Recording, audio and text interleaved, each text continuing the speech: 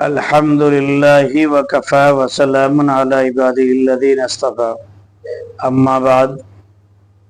ناظرین،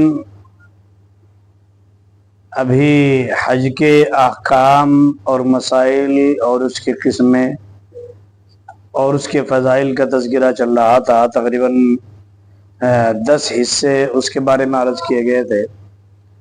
اب چونکہ عید الاضحیٰ کی آمد ہے اور اس میں اللہ تبارک و تعالیٰ کا ایک حکم ہے افضل ترین، جو بندوں کی طرف متوجہ ہوتا ہے، بندوں پر واجب ہوتا ہے، اور وہ قربانی کا حکم ہے۔ ایک تو حج کا ہے ہی، جس کے متعلق 10 حصے آپ کے سامنے گزر چکے ہیں۔ دوسرا جو حکم ہے وہ قربانی کا حکم ہے، تو اسی کے متعلق ناظرین ارادہ ہوا کہ 2-4 باتیں عرض کر دی جائے تاکہ وقت سے پہلے باتیں کانوں میں پڑ جائے تو آدمی کو عمل کرنا بھی آسان ہو، اور اسی کے ساتھ ساتھ یہ کہ وقت کی مناسبت سے ہی آدمی کو 2-4 باتیں کسی بھی مضمون کے متعلق معلوم ہوتی ہے۔ تو اسی ارادے سے اسی بات کو پیش نظر رکھتے ہوئے ارادہ ہوا کہ 2-4 باتیں قربانی کے بارے میں عرض کر دی جائے۔ ناظرین، قربانی کا یہ سلسلہ یہ امت محمدیہ سے چالو نہیں ہوا، بلکہ قربانی کا یہ سلسلہ زمانہ قدیم سے سیدنا آدم علیہ نبینا علیہ الصلوۃ والسلام کی اولاد سے ہی چالو ہو گیا تھا۔ چنانچہ قرآن کریم میں 2 جگہ ذکر فرمایا، وَاتْلُ عَلَيْهِمْ نَبَأَ ابْنَيْ آدَمَ بِالْحَقِّ إِذْ قَرَّبَا قُرْبَانًا فَتُقُبِّلَ مِنْ أَحَدِهِمَا وَلَمْ يُتَقَبَّلْ مِنَ الْآخَرِ۔ یہ تقریباً آدھے رکوع سے زیادہ ہے۔ اس میں قربانی کی ابتدا کا تذکرہ کیا گیا، اور اس کے بعد مستقل دوسری آیت ہے وَلِكُلِّ أُمَّةٍ جَعَلْنَا مَنسِكًا لِيَذْكُرُوا اسْمَ اللَّهِ عَلَىٰ مَا رَزَقَهُم مِّن بَهِيمَةِ الْأَنْعَامِ، کہ ہم نے ہر آسمان امت کو، آسمانی دین کو ماننے والے لوگوں پر قربانی کو رکھا ہے، لِيَذْكُرُوا اسْمَ اللَّهِ عَلَىٰ مَا رَزَقَهُم، تاکہ اللہ کے عطا کردہ رزق پر وہ اللہ کا نام لے کر کے ذبح کریں۔ تو ناظرین، یہ قربانی ہمیشہ سے ہوتی چلی آئی ہے، کوئی نیا عمل نہیں ہے، اللہ تبارک و تعالیٰ کی افضل ترین عبادت ہے۔ چنانچہ روایت میں آتا ہے، جو آیت میں نے آپ کے سامنے پڑھی ہے، وَاتْلُ عَلَيْهِمْ نَبَأَ ابْنَيْ آدَمَ بِالْحَقِّ، اس روایت کے مطابق ان آیتوں کی تفسیر میں مفسرین نے لکھا ہے کہ سیدنا آدم علیہ نبینا علیہ السلام کے زمانے میں چونکہ نسل انسانی کا بڑھانا مقصود تھا، تو رول یہ تھا کہ مستقل ایک حمل سے حضرت حوا علیہ السلام جو ہماری ماں ہیں، ایک لڑکا ایک لڑکی پیدا ہوتی تھی، اور جو لڑکی اس لڑکے کے ساتھ پیدا ہوتی اس کا نکاح اس کے ساتھ نہیں ہوتا تھا، دوسرے کے ساتھ اس کا نکاح ہوا کرتا تھا۔ تو ناظرین، اسی کے تناظر میں حابیل اور قابیل، سب جانتے ہیں آدم علیہ السلام کے 2 بیٹے تھے، قابیل بڑا تھا، حابیل چھوٹا تھا۔ حابیل کے ساتھ پہ جو لڑکی پیدا ہوئی اس کا نام لیوزا تھا، اور جو قابیل کے ساتھ پیدا ہوئی اس کا نام تھا اقلیمہ۔ تو قاعدے کے مطابق مستقل جب نکاح کا نمبر آیا تو سیدنا آدم علیہ نبینا علیہ السلام نے قابیل کا نکاح لیوزا سے کرنا چاہا جو حابیل کے ساتھ پیدا ہوئی تھی، اور حابیل کا نکاح اقلیمہ سے کرنا چاہا۔ تو قابیل اڑ گیا اور اس نے کہا میں اقلیمہ سے نکاح کروں گا، یعنی اسی لڑکی سے جو میرے ساتھ میں حمل سے پیدا ہوئی ہے۔ تو اس وقت میں آدم علیہ السلام نے ارشاد فرمایا، بھیا تیری بہن، یہ تو تیری بہن ہے، تیرے ساتھ حمل میں پیدا ہوئی ہے۔ چونکہ نسل انسانی کا بڑھانا تھا، اس کے علاوہ کوئی شکل نہیں تھی، اسی لیے ایک حمل سے پیدا ہونے والی اصلی بہن سمجھی گئی، اور دوسرے بھائی کے ساتھ پیدا ہونے والی بہن اصلی نہیں سمجھی گئی۔ یہ افزائش نسل کے لیے ابتدائی آفرینش میں ایسا رکھا گیا، رب کی حکمت میں سے تھی یہ۔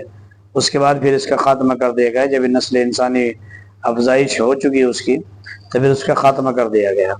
تو ناظرین، ہوا یہ کہ قابیل کے ساتھ جو پیدا ہوئی اقلیمہ وہ نہایت خوبصورت تھی، اور حابیل کے ساتھ جو بچی پیدا ہوئی وہ اتنی خوبصورت نہیں تھی۔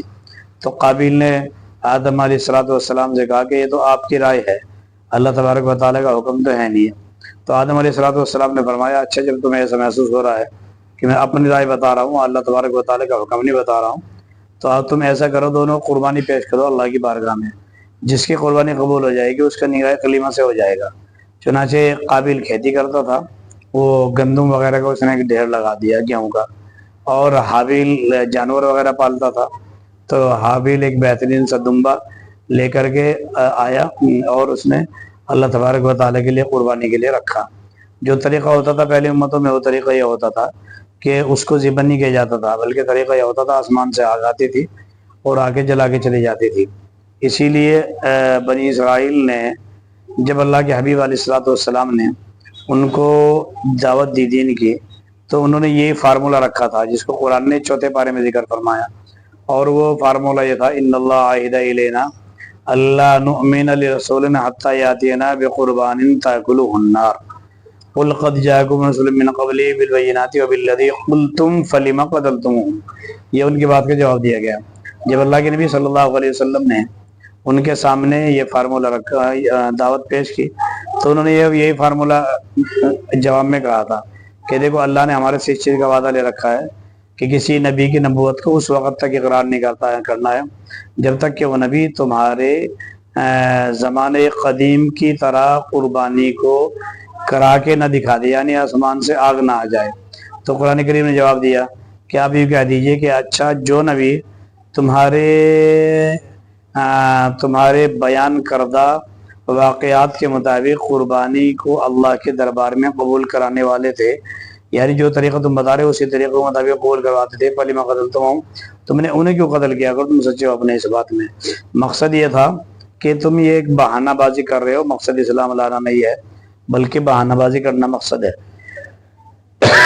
تو ناظرین وہاں سے قربانی کی ابتدا ہوئی، اور پھر بعد میں کتابوں کے اندر لکھا ہے کہ نوح علیہ السلام نے گھر کے سامنے ایک بڑا مکان بنا رکھا تھا جس میں بہت سارے جانور رب کی رضا کے لیے قربان کیا کرتے تھے۔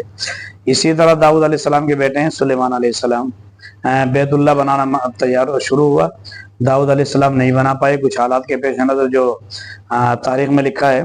پھر اس کے بعد سلیمان علیہ السلام نے ایک کام مکمل کیا، تو جب بیت المقدس بن کر تیار ہوا تو اس کی خوشی میں آپ نے بہت ساری گائیں ذبح کی اور بنی اسرائیل کو کھلائی۔ اسی طرح آدم علیہ السلام کا نمبر آیا، مستقل اپنی جان کی بھی آپ نے قربانی دی۔ کیسے دی؟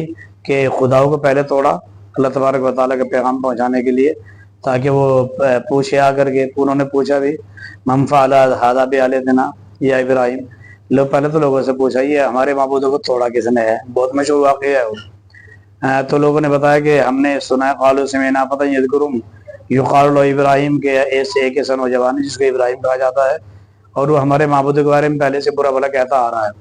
چنانچہ ابراہیم علیہ السلام کو بلایا گیا، آپ نے یہ کیا کہ وہ توڑ کر کے جو کوڑا تھا وہ بڑے والے کے کاندھے پہ رکھ دیا، اور جب وہ آئے اور انہوں نے کہا کہ ابراہیم تم نے کیا ہے، تو آپ نے فرمایا فَاسْأَلُوهُمْ هَٰذَا إِن كَانُوا يَنطِقُونَ، اس سے پوچھو بڑے گرو سے، اس نے یہ کیا ہوگا، اور یہ اس نے اس لیے کیا ہوگا کہ تم چڑھاوا چڑھاتے ہو، اسے پسند نہیں آتا کہ میرے سامنے تم چھوٹے والے پہ بھی چڑھاوا چڑھاؤ۔